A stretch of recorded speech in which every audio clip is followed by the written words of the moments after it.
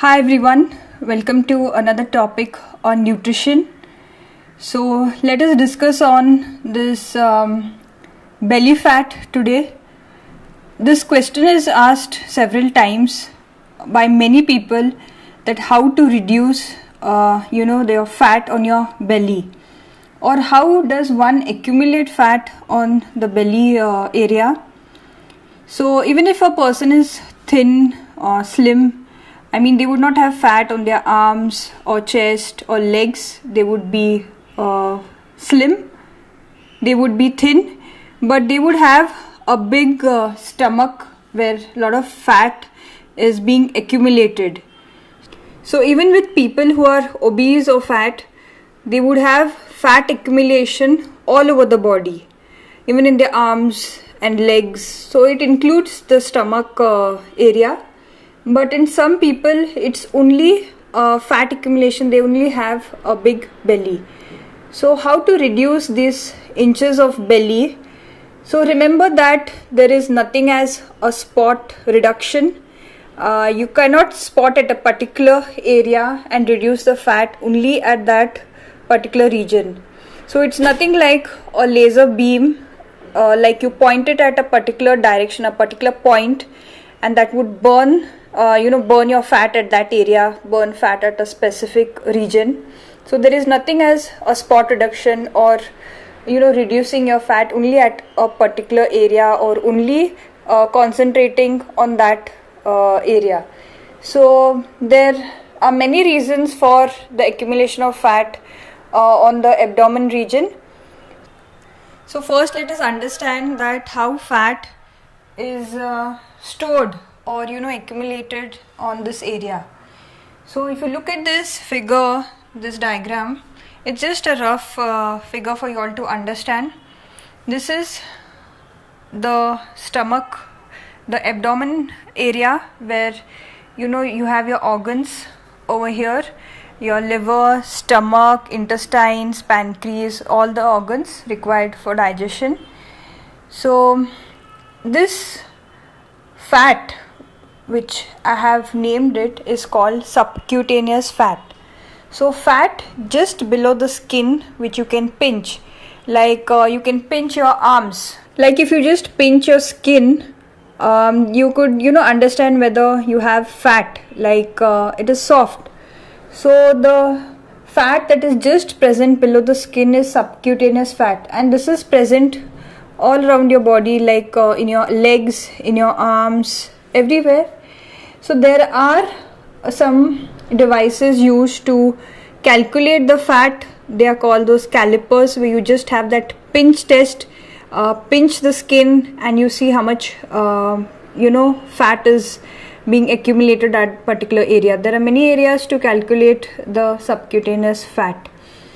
So this region, which is called, it's the muscle region. So ab exercises, everyone wants to focus on ab exercises to reduce their belly fat. So that's the abs.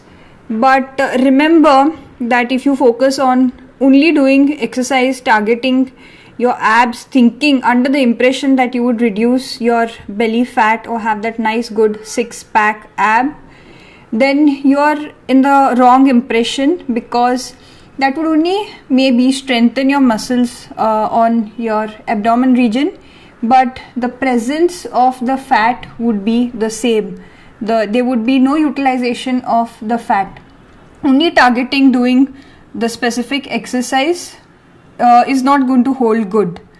So the visceral fat is the stored fat around the organs. It's in this region. So that is the reason that some people may have a tight stomach, but they have the presence of visceral fat. It's only accumulation of fat on this region. So having no fat around the legs, thighs, but only accumulation is because of the presence of this visceral fat. So even if a person is thin or fat or whatever structure, but they would have a belly, accumulation of fat in this region, then that's because of the presence of visceral fat. Excessive amount, yes, fat is essential, it is required by the body. It's a cushioning, it absorbs the shock and it's surrounded around the organs. So yes, a certain quantity of fat is required, it is essential, but excessive deposition of unwanted fat in this area would be the visceral fat. And being under the impression that only targeting your muscles to reduce that fat on that area would not do good. The only solution is through eating right, having the right food. So now let us understand the reasons or the causes of this. So there's a hormone called as cortisol hormone, and hormones are nothing but the chemical messengers in your body. So everything in your body is governed or it's ruled by hormones. Hormones, it maintains the stability of your body. It's just like having a remote control in your hand. So how you would operate it or how you would use it, it depends on you. So hormones do play a very important role in one's overall health and body composition. So hormones we'll study or we'll understand it in another video of mine. So the major reason or the major contributor of abdomen belly fat is cortisol hormone. So there could be many reasons. It depends on every individual. Every case is different and unique. It depends on individual lifestyle, food habits, their hormonal imbalance if they would have. Also if they are on some medication. So many things need to be considered and are contributors for ill health.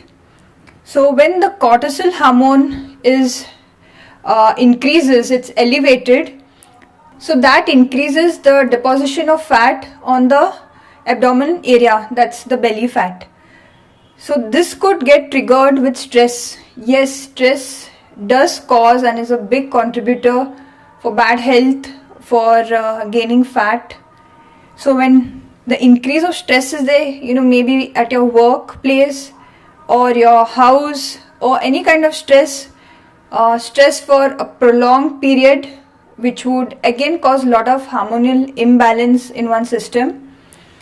So everything is correlated and co-linked.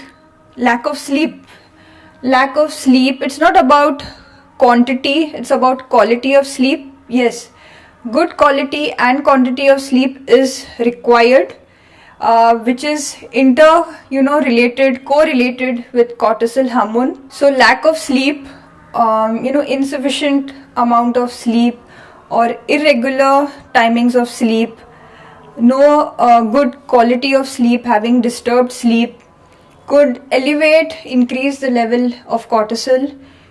Also stress, so all these things are correlated. Increase of stress would increase cortisol activity.